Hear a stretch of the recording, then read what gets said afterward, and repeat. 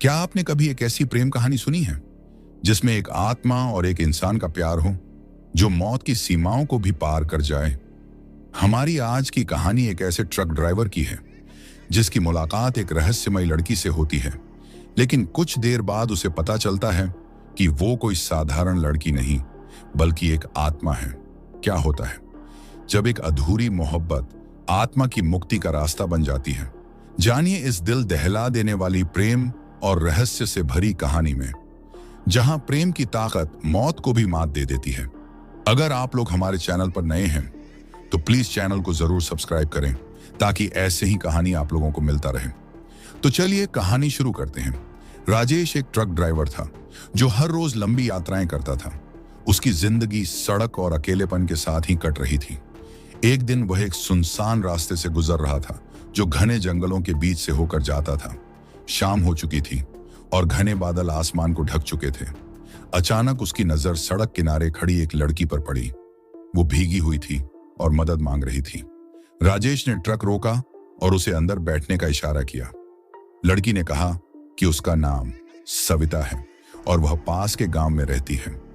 राजेश ने उसे ट्रक में बिठाया और बातों बातों में उसे जानने लगा। सविता बहुत ही खूबसूरत और मासूम थी। राजेश को उससे बात करके अच्छा लगने लगा। कुछ दूर चलने के बाद सविता ने कहा, मुझे यहीं उतार दो, मेरा घर पास ही है। राजेश ने ट्रक रोका और उसे उतरने दिया, लेकिन जैसे ही वह पीछे मुड़ा सविता गायब हो चुकी थी। राजेश हैरान था, लेकिन उसे लगा शायद वह जल्दी से अपने घर चली गई होगी। अगले कुछ दिनों में राजेश की उस रास्ते से बार बार यात्रा हुई और हर बार सविता उसे वहीं खड़ी मिलती। अब यह एक आदत सी बन गई थी।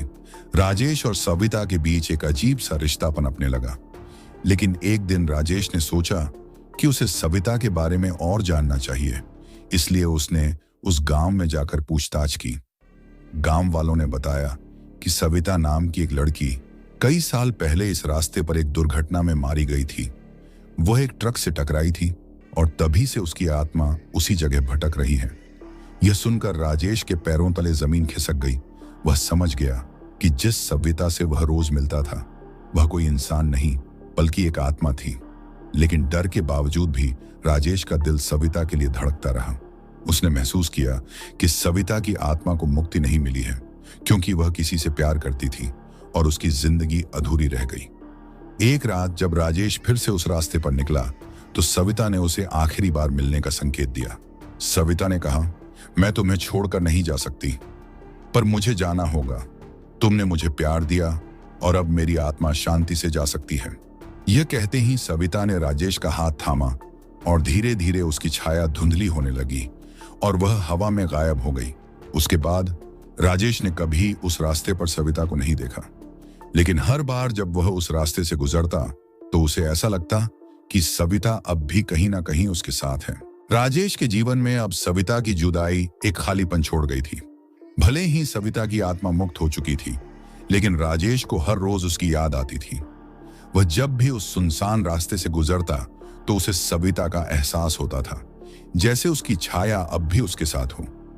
राजेश ने कई बार कोशिश की कि वह सविता को भूल जाए, लेकिन उसका चेहरा, उसकी बातें, उसकी मुस्कान राजेश के दिल और दिमाग में घुर रही थी। एक रात जब राजेश उसी जंगल वाले रास्ते से गुजर रहा था तो अचानक उसका ट्रक रुक गया और उसने देखा कि सड़क के बीचों बीच धुंधलापन छाया हुआ था। राजेश ने ट्रक से उतरकर देखा तो उसे वहीं ठंडी हवा का झोंका, अजीब सी खामोशी और अचानक ही सविता की धीमी आवाज सुनाई दी। राजेश, मुझे तुम्हारी जरूरत है, मैं पूरी तरह से मुक्त नहीं हो पाई हूं। राजेश का दिल तेजी से धड़कने लगा। उसने चारों ओर देखा पर कोई नजर नहीं आया। तभी अचानक उसकी नजर ट्रक के शीशे में पड़ी तो उसे सविता का धुंधला चेहरा दिखा। तुम वापस क्यों आई हो? राजेश ने कांपती आवाज में पूछा। सविता की आवाज धीमी और उदास थी। उसने कहा, मेरा प्यार अधूरा है राजेश। तुमसे मिलने के बाद मुझे सुकून मिला, लेकिन मैं अब भी इस दुनिया से पूरी तरह नहीं जा सकी। तुम्हें मुझसे वादा करना होगा, तभी मैं शांति पा सकती हूं। क्या वादा? राजेश ने घबराते हुए पूछा। सविता ने धीरे से कहा, तुम्हें मुझे अंतिम विदाई देनी होगी। एक खास जगह पर, मेरे गांव के पीछे एक पुरानी हवेली है। वहीं मेरी आत्मा की मुक्ति छिपी है। तुम वहां जाओगे? राजेश ने दिल में डर को दबाकर हाँ भर दी। अगले दिन वह सविता द्वारा बताए गए गांव में पहुंचा और हवेली की ओर बढ़ा। हवेली खंडहर हो चुकी थी। जर्जर दीवारें और टूटे हुए दरवाजे एक समय की कहानी बयां कर रहे थे। जैसे ही राजेश ने हवेली के अंदर कदम रखा, चारों ओर घना अंधकार छा गया। अचानक सविता की आवाज गूंज उठी, यहाँ पर एक विशेष स्थान है जहां मुझे मुक्त किया जा सकता है। वह जगह तुम्हारे प्यार से जुड़ी है जो मुझे शांति देगी। राजेश ने आगे बढ़कर उस स्थान को ढूंढा। वहां एक पुराना दर्पण रखा था जो वर्षों से धूल और जंग से ढका हुआ था। जैसे ही राजेश ने उस दर्पण को छुआ, सविता की आत्मा अचानक सामने प्रकट हो गई, जो पहले से ज्यादा स्पष्ट और सजीव लग रही थी। राजेश, तुम्हारा प्यार मुझे यहां तक लाया है। अब मुझे मुक्ति चाहिए। इस दर्पण को तोड़ दो ताकि मेरी आत्मा हमेशा के लिए मुक्त हो सके। राजेश ने हिम्मत जुटाई और दर्पण को तोड़ दिया।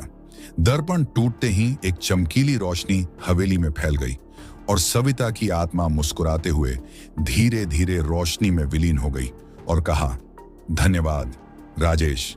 सविता की अंतिम आवाज हवा में गूंज उठी। उसके बाद हवेली में फिर से शांति छा गई।